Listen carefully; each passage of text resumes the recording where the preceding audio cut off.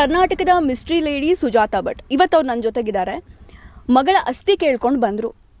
ಪ್ರತಿಯೊಬ್ಬರಿಗೂ ಆಸ್ತಿ ಅಂದರೆ ಅವರ ಮರ್ಯಾದೆ. ಆದರೆ ಅವರಿವತ್ತು ಮಗಳ ಅಸ್ತಿ ಕೇಳ್ಕೊಂಡು ಬಂದಮೇಲೆ ಅವರ ಮರ್ಯಾದೆನೇ ದೊಡ್ಡ ಪ್ರಶ್ನೆ ಆಗಿಬಿಟ್ಟಿದೆ. ಅವ್ರಿಗೆ ಸಾಕಷ್ಟು ಪ್ರಶ್ನೆಗಳು ಕೇಳೋಕಿದೆ ಕರ್ನಾಟಕದ ಜನತೆ. ಅನನ್ಯ ಭಟ್ ಕತೆ ಏನು, ಅವ್ರ ಕತೆ ಏನು ಅಂತ ಬನ್ನಿ ಸುಜಾತಾ ಭಟ್ ಅವ್ರನ್ನೇ ಮಾತಾಡ್ಸೋಣ. ನಮಸ್ಕಾರ.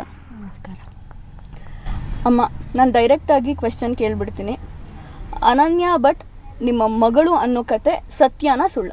ಸುಳ್ಳು. ಅನನ್ಯ ಭಟ್ ಅನ್ನೋ ಮಗಳೇ ಇರಲಿಲ್ಲ ನಿಮಗೆ? ಯಾಕಮ್ಮ ಸುಳ್ಳು ಹೇಳಿದ್ರಿ? ಕೆಲವರು ವ್ಯಕ್ತಿಗಳು ಹೇಳು ಅಂತ ಹೇಳಿದರು, ಹಾಗಾಗಿ ನಾನು ಅದನ್ನು ಹೇಳಬೇಕಾಗಿದೆ ಪರಿಸ್ಥಿತಿ ಬಂತು. ಯಾವ ವ್ಯಕ್ತಿ ಹೇಳಿದ್ದು? ಗಿರೀಶ್ ಮಟ್ಟಣ್ಣ, ಜಯಂತಿ ಟಿ ಇವರೆಲ್ಲ ಹೇಳಿದರು. ಹಾಗಾಗಿ ನಾನು ಆ ಒಂದು ಇದನ್ನು ನಾನು ಆಸ್ತಿಯ ಇದಕ್ಕೋಸ್ಕರ ಈ ವಿಚಾರವನ್ನು ಹೇಳಿ ಅಂತ ಹೇಳಿದರು, ಅದಕ್ಕೆ ಹೇಳಿದ್ದೆ ನಾನು. ನಿಮಗೆ ಆಸ್ತಿ ಸಮಸ್ಯೆ ಇತ್ತು, ಅದಕ್ಕೋಸ್ಕರ ಅವರು ಈ ಕಥೆನ ಹೇಳ್ಕೊಟ್ರು, ನೀವು ಹೇಳಿದ್ರಿ. ಹೌದು. ಎಷ್ಟು ನಿಮಗೆ ಡಿಮ್ಯಾಂಡ್ ಮಾಡಿದ್ರು? ದುಡ್ಡಿಗೋಸ್ಕರನ ನಿಮ್ಮ ಆಸ್ತಿ ಬರಲಿ ಅಂತನ? ನನಗೆ ದುಡ್ಡಿಗೋಸ್ಕರ ಯಾರು ಡಿಮ್ಯಾಂಡ್ ಮಾಡಿಲ್ಲ. ನಾನು ಯಾರಿಗೂ ದುಡ್ಡಿಗೋಸ್ಕರ ಡಿಮ್ಯಾಂಡು ಮಾಡಲೂ ಇಲ್ಲ.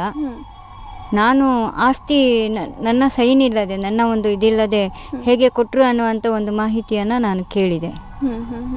ನನ್ನ ತಾತನ ಆಸ್ತಿ ಅದು, ಅದನ್ನು ಮೊಮ್ಮಕ್ಕಳಿಗೆ ಹಕ್ಕಿದೆ. ಸೈನಿಂಗ್ ಅಥಾರಿಟಿ ಮೊಮ್ಮಕ್ಕಳಿಗೆ ತಗೊಳ್ಳೇಬೇಕಲ್ವಾ, ಅದನ್ನು ಹೇಗೆ ಇವರು ಕೊಟ್ಟರು ಅಂತ ನಾನು ಒಂದು ಮಾತನ್ನು ಕೇಳಿದೆ. ಅದು ಖಚಿತ. ನೀವು ಫೋಟೋ ರಿಲೀಸ್ ಮಾಡಿದ್ದು ಅನನ್ಯ ಭಟ್ ಅಂತ? ಫೇಕು. ಎಲ್ಲ ಫೇಕ್? ಹೌದು, ಅದೆಲ್ಲ ಫೇಕೆ. ಅದು ಫೇಕೆ, ಅದು ಗ್ಯಾರಂಟಿ, ಅದು ಫೇಕೆ. ಹಾಗಿದ್ರೆ ಎಷ್ಟು ಜನರ ಭಾವನೆ ಧರ್ಮಸ್ಥಳ ಅನ್ನೋದು, ಆ ಜನರ ಭಾವನೆಗಳ ಜೊತೆ ನೀವು ಆಟ ಆಡಿದ್ರಿ ಅಂತ ಅನಿಸ್ಲಿಲ್ವಾ? ನಾನು ಜನರ ಭಾವನೆಗಳ ಜೊತೆ ಆಟ ಆಡಲಿಲ್ಲ. ಆಟ ಆಡುವ ಹಾಗೆ ಇವರೆಲ್ಲ ಮಾಡಿದರು ನನ್ನನ್ನು, ನನ್ನ ತಲೆಯನ್ನು ಇದು ಮಾಡಿ ಪ್ರವೋಕ್ ಮಾಡಿ. ಜಸ್ಟ್ ನಿಮಗೆ ನಿಮ್ಮ ಆಸ್ತಿ ಬೇಕಿತ್ತು, ಆಸ್ತಿ ಬೇಕಿತ್ತು ಅನ್ನೋದಕ್ಕಿಂತ ಹೆಚ್ಚಾಗಿ ನಿಮ್ಮ ಸೈನ್ ತಗೋಬೇಕಿತ್ತು ಅನ್ನೋ ಒಂದೇ ಒಂದು ಕಾರಣಕ್ಕೆ ಅನನ್ಯ ಭಟ್ ಅನ್ನೋ ಹೆಸರನ್ನು ನೀವು ತಂದ್ರಿ. ಹೌದು, ಅದು ಸೈನಿಂಗ್ ಸೈನ್ ತಗೊಳ್ಬೇಕಾಗಿತ್ತು. ಆಮೇಲೆ ದೇವರನ್ನು ಇವರು ಜೈನರಿಗೆ ಕೊಟ್ಟರು ಅನ್ನುವಂತಹ ನೋವು ನನ್ನಲ್ಲಿ ಇದೆ. ಜೈನ ಸಂಪ್ರದಾಯಕ್ಕೆ ತಗೊಂಡು ಹೋಗಿ ಕೊಟ್ಟರು ಅನ್ನುವಂತಹ ನೋವು ನನ್ನಲ್ಲಿ ಇದೆ. ಆಮೇಲೆ ಏನು ಅಂತ ಹೇಳಿದರೆ, ಆ ದೇವರನ್ನು ಯಾವುದಾದ್ರೂ ಒಂದು ಟ್ರಸ್ಟಿಗೆ ಕೊಡ್ಬೋದಾಗಿತ್ತು. ಬೇಕಾದಷ್ಟು ದೇವಸ್ಥಾನಗಳಿದ್ವು, ಅಲ್ಲಿಗಾದರೂ ಕೊಟ್ಟಿದ್ರೆ ನನಗೆ ನಾನು ಈ ಪ್ರಶ್ನೆಯನ್ನು ನಾನು ಇದು ಮಾಡ್ತಿರಲಿಲ್ಲ. ಹಾಗಾಗಿ ನಾನು ಈ ಪ್ರಶ್ನೆಯನ್ನು ನಾನು ಮಾಡಬೇಕಾಗಿ ಬಂದಿದೆ. ಒಬ್ಬ ಫ್ಯಾಮಿಲಿಯಲ್ಲಿ ಒಂದು ಮಗಳು ಇಲ್ಲ ಅಂತ ಹೇಳಿದರೆ, ನನಗೂ ಆ ಮಗಳನ್ನು ಧಿಕ್ಕರಿಸಿದ್ದಾರೆ ಅಂದರೆ ಅದು ಎಷ್ಟು ನೋವಾಗುತ್ತೆ ಅನ್ನೋದು ನನಗೆ ಗೊತ್ತಿದೆ. ಒಂದು ಮಗಳೇ ಇಲ್ಲ ಅಂತ ಹೇಳಿ ಇವರು, ಹಾಗಾದರೆ ಆಸ್ತಿ ಇವರೆಲ್ಲ ಸೈನ್ ಹಾಕಬೇಕಾಗಿದ್ರೆ ನನ್ನ ಡೆತ್ ಸರ್ಟಿಫಿಕೇಟ್ ಕೊಟ್ಟಿರಬೇಕಲ್ವಾ, ನಾನು ಕೇಳಬೇಕಲ್ವಾ? ನನಗೆ ಈ ಮಗಳೇ ಇಲ್ಲ ಅಂತ ಹೇಳಿ ಒಂದು ಡೆತ್ ಸರ್ಟಿಫಿಕೇಟ್ ಕೊಡಬೇಕಲ್ವಾ? ಯಾಕೆ ಕೊಡಲಿಲ್ಲ? ನಾನು ಕೇಳಬೇಕಲ್ವಾ? ನೀವು ಕಾನೂನು ಮುಖಾಂತರ ಕೇಳ್ಬೋದಿತ್ತು, ಮತ್ತೊಂದು ನೀವು ಕೂತು ಮಾತಾಡ್ಕೋಬೋದಿತ್ತು. ಅದ್ಬಿಟ್ಟು ಧರ್ಮಸ್ಥಳದ ಜನರ ಭಾವನೆಗೆ ಧಕ್ಕೆ ತಂದಿದ್ದು ಎಷ್ಟು ಮಟ್ಟಿಗೆ ಸರಿ ಅಮ್ಮ? ನಾನು ಧರ್ಮಸ್ಥಳದ ಜನರ ಭಾವನೆಗೆ ನಾನು ಧಕ್ಕೆ ತಂದಿಲ್ಲ. ಧಕ್ಕೆ ತರುವ ಹಾಗೆ ನನ್ನನ್ನು ಪ್ರವೋಕ್ ಮಾಡಿದರು. ಎಷ್ಟೊಂದು ಧರ್ಮಸ್ಥಳ ಗ್ರಾಮಕ್ಕೆ, ನಾನು ಧರ್ಮಸ್ಥಳ ದೇವಸ್ಥಾನಕ್ಕೆ ನಾನು ಯಾವತ್ತೂ ಧಕ್ಕೆ ತಂದಿಲ್ಲ. ಧರ್ಮಸ್ಥಳ ಗ್ರಾಮದಲ್ಲಿ ನಾನು ಇದು ಮಾಡಿರೋದು ಅಷ್ಟೇ. ನಾನು ಧರ್ಮಸ್ಥಳ ಗ್ರಾಮ ಅಂತ ನಾನು ಮಾಡಿದ್ದೀನಿ. ಧರ್ಮಸ್ಥಳ ದೇವರಿಗೆ ಆಗಿರಲಿ ಅಥವಾ ನಾನು ವೀರೇಂದ್ರ ಹೆಗ್ಡೆ ಅಥವಾ ಯಾರಿಗೂ ನಾನು ಧಕ್ಕೆ ತಂದಿಲ್ಲ. ನಾನು ಎಲ್ಲೂ ಅವರನ್ನು ಬೆಟ್ಟು ಮಾಡಿ ತೋರಿಸಲಿಲ್ಲ. ನಾನು ಕೇಳ್ತಾ ಇರೋದು ನನ್ನ ಮನೆಯ ದೇವರನ್ನು, ನನ್ನ ತಾತನ ದೇವರನ್ನು ಇವರು ಯಾಕೆ ಹೇಗೆ ಇದು ಮಾಡಿದರು ಅನ್ನೋದು ಒಂದೇ. ನನ್ನ ಫ್ಯಾಮಿಲಿಯವರು ಯಾಕೆ ಕೊಟ್ಟರು ಅನ್ನೋದೇ ನನಗೆ ಒಂದು ಪ್ರಶ್ನೆ ಅಷ್ಟೇ. ನಾನು ಅವರನ್ನು ನಾನು ಪ್ರಶ್ನೆ ಮಾಡ್ತಾ ಇದ್ದೀನಿ ಬಿಟ್ಟು ಧರ್ಮಸ್ಥಳದ ಹೆಸರನ್ನು ನಾನು ಎಲ್ಲೂ ಧಕ್ಕೆ ತಂದಿಲ್ಲ. ನಾನು ಧಕ್ಕೆ ತಂದೇ ಇಲ್ಲ. ಯಾಕೆ ಧಕ್ಕೆ ತಂದ್ರಿ ಅನ್ನುವಂಥ ಮಾತು ಬಂತು ಅಂತಂದರೆ, ಈಗ ನೀವು ದೇವರನ್ನ ಅಂದರೆ ನಿಮ್ಮ ಫ್ಯಾಮಿಲಿಯವರು ದೇವರನ್ನ ಧರ್ಮಸ್ಥಳಕ್ಕೆ ಕೊಟ್ಟರು, ಅದು ನಿಮ್ಮ ಕುಟುಂಬದ ಡಿಸಿಷನ್ ಆಗಿತ್ತು. ಅದು ಬಿಟ್ಟು ನೀವು ಅನನ್ಯ ಭಟ್ ಕತೆ ಇರ್ಬೋದು, ನನ್ನ ಮಗಳು ಮೆಡಿಕಲ್ ಕಾಲೇಜ್ ಓದ್ತಾ ಇದ್ಲು, ಈ ಆಸ್ತಿಗೋಸ್ಕರ ನಾನು ಅನನ್ಯ ಭಟ್ ಕಥೆಯನ್ನು ನಾನು ಕಟ್ಟಿದ್ದೀನಿ. ಹೌದು, ಈ ಆಸ್ತಿಗೋಸ್ಕರ. ಯಾಕೆ ನನ್ನನ್ನು ಇದರಿಂದ ನೀವು ಇದು ಮಾಡಿದ್ರಿ? ಹುಡುಕ್ಬೋದಾಗಿತ್ತಲ್ವಾ? ಇಲ್ಲ, ನಮಗೆ ಹೀಗಿದ್ದಾರೆ, ಅವ್ರ ಹತ್ರನೂ ನಾವು ತೊಗೊಳ್ಬೇಕನ್ನುವಂಥದ್ದು ಒಂದು ಇದಿತ್ತಲ್ವ. ಅವರು ಪ್ರಶ್ನೆ ಮಾಡ್ಬೋದಾಗಿತ್ತಲ್ಲ, ಯಾರು ತೊಗೊಂಡಿದ್ದಾರೆ, ಯಾರು ದೇವಸ್ಥಾನಕ್ಕೆ ದಾನ ಅಂತ ತೊಗೊಂಡಿದ್ದಾರೆ, ಅವರು ಒಂದು ಇದನ್ನು ವಂಶವೃಕ್ಷ ಕೊಡಿ ಅಂತ ಕೇಳ್ಬೋದಾಗಿತ್ತಲ್ವ. ಓಕೆ. ಅದು ತಪ್ಪಲ್ವಾ? ತಪ್ಪು ತಾನೆ? ಹಾಗಾದರೆ 3 ಹೆಣ್ಣು ಮಕ್ಕಳಂದರೆ ನಾನೆಲ್ಲಿಂದ ಬರ್ತೀನಿ? ಹಾಂ, ತಪ್ಪಲ್ವಾ ಅದು? ನಾನು ಕೇಳಿದ್ರಲ್ಲಿ ಏನಿದೆ?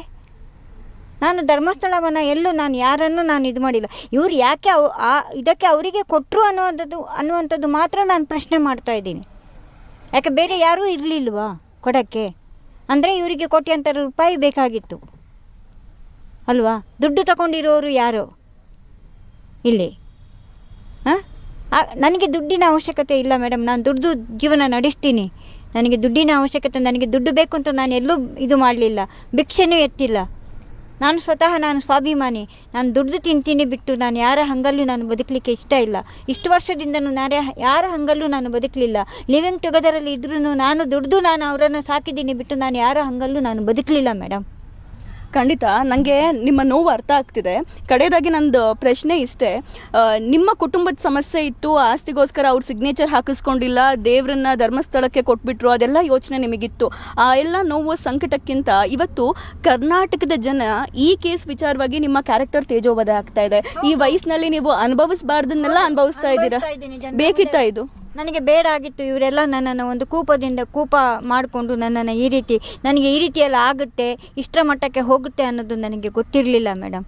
ದಯವಿಟ್ಟು ನನ್ನ ಒಂದು ಇದನ್ನು ಇವರು ದುರುಪಯೋಗ ಮಾಡ್ಕೊಂಡು ಬಿಟ್ಟರು.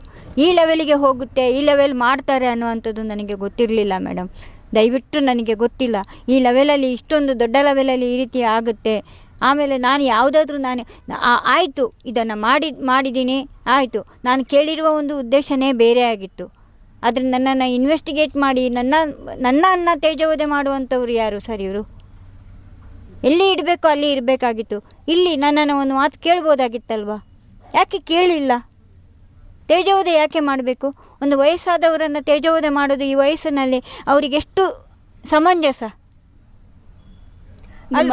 ನಿಮ್ಮ ವಯಸ್ಸು ಅದೆಲ್ಲದೂ ಒಂದ್ ಕಡೆ ಆದ್ರೆ ಅಮ್ಮ, ಇಲ್ಲಿ ಕರ್ನಾಟಕದ ಜನರಿಗೆ ಏನ್ ಮ್ಯಾಟರ್ ಆಗುತ್ತೆ ಅನ್ನೋದಿದ್ರೆ, ನೀವು ಅನನ್ಯ ಭಟ್ ಕತೆ ಹೇಳಿದಾಗ ಇಡೀ ಕರ್ನಾಟಕದ ಜನತೆ ಅನ್ಕೊಳ್ತು ನನ್ನ ಮನೆ ಮಗಳಿಗೆ ಆಗಿದ್ದ ಅಂತ. ಬಟ್ ಅದು ಸುಳ್ಳು ಅಂತ ಗೊತ್ತಾದಾಗ ಅವರ ಭಾವನೆಗಳಿಗೆ ಧಕ್ಕೆ ಬರೋದಿದೆ ಅಲ್ವಾ?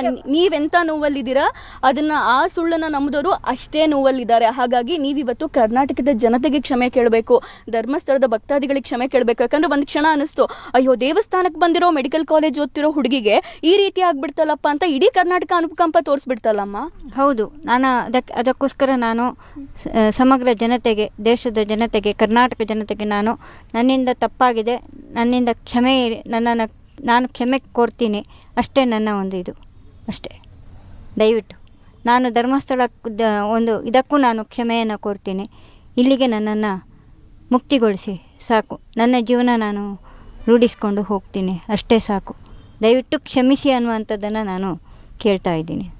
ಅಮ್ಮ, ಅವರು ಈಗ ಹೇಳಿದ್ರಿ ನೀವು, ಅವರು ಬಂದು ನಮಗೆ ಒತ್ತಾಯಪೂರ್ವಕವಾಗಿ ಈಗ ಹೇಳಿಸಿದ್ರು ಅಂತ. ಹೌದು, ನಿಜವಾಗ್ಲೂ ಹೇಳಿಸಿದ್ರ?